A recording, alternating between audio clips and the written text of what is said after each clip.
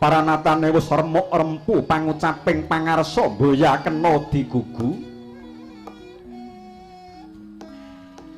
Drenging karsa sayekti hamung nuruti nepsu marmotan mangu-mangu nginger paranatan kang baku nerak hukum singlar saka tumindak utamaning laku.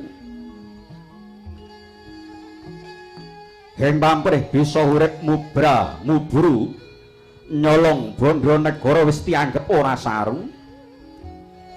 Yen to dileke malah ngajak batu tutuke pecuca pecucu mangan bondo malingan wetenge nganti mlentu. Bareng konangan dihukum 15 taun 3 sasi wis metu. Merga ana saperanging jeksa negara kang patrape kaya asu. Tiba kosok balen uripe pangu kawula cilik nandhang kasangsaran nganti mecicil mendelik dhuwuring reregan ngangkrek-angkrek nganti ora bisa mangan wetengnya ngalikik.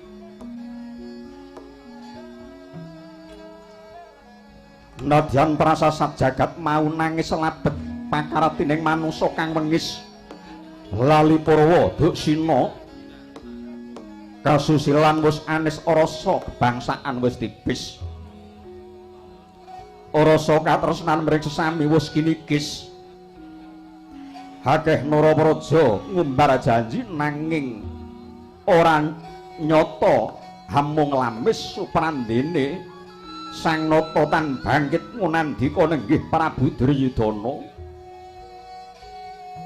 Ana apa-apa mung meneng kewala pangembating raja den umbar sakarsane ora suka parisuka pesta raja datan oleh surmeng raja sarata rusaking budaya mewah sengsaraning para kawula. Raja ngestina kadiwangunan kanggo gabuk sayekti wis datan santosa adeking negara. Cinacat Winada mangsa negara tinareka lamun negara Ngastina dadi tuk sumbering wong culika. Budine Nestawata ing siya marma nuju ing pasewakan nadyan wis genggeng pasebaning para tuangga praja.